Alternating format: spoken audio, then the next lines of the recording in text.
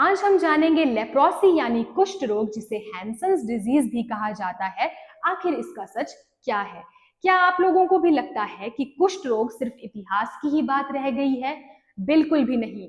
आजकल भी लगभग इसके 2 लाख से ज्यादा केसेस देखे गए हैं।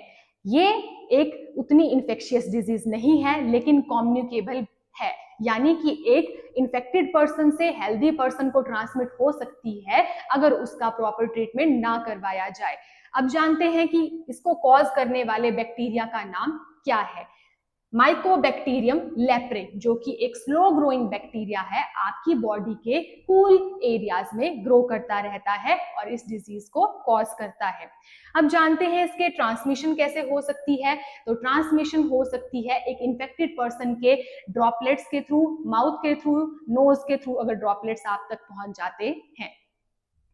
लंबे समय तक अगर प्रॉपरली ट्रीटमेंट ना करवाया जाए एक इन्फेक्टेड पर्सन का, और अगर आप उसके डायरेक्ट कांटेक्ट में रहते हैं, तो डिजीज के ट्रांसमिशन होने के चांसेस बढ़ जाते हैं। लेकिन जैसे कि सोसाइटी में ये एक स्टिग्मा बन चुका है, डिस्क्रिमिनेशन होती है, इसके बेसिस पे भेदभाव किया जाता है कि टच करने से स्प्रेड हो जाएगी, वो बिल्कुल गलत है, क्योंकि नॉर्मल हैंडशेक से और हगिंग से ये स्प्रेड नहीं होती है।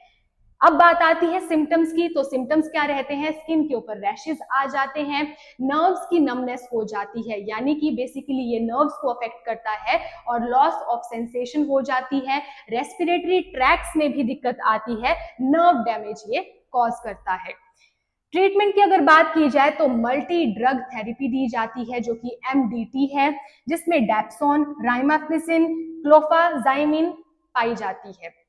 और WHO और हमारी गवर्नमेंट के थ्रू इसका फ्री ट्रीटमेंट भी पेशेंट्स को प्रोवाइड किया जाता है। तो लेप्रोसी कोई डरावनी चीज नहीं है, इसके बेसिस पे भेदभाव नहीं होना चाहिए। प्रॉपर ट्रीटमेंट के बाद पर्सन जो है वो बिल्कुल ही क्या हो जाता है, नॉन इन्फेक्शियस।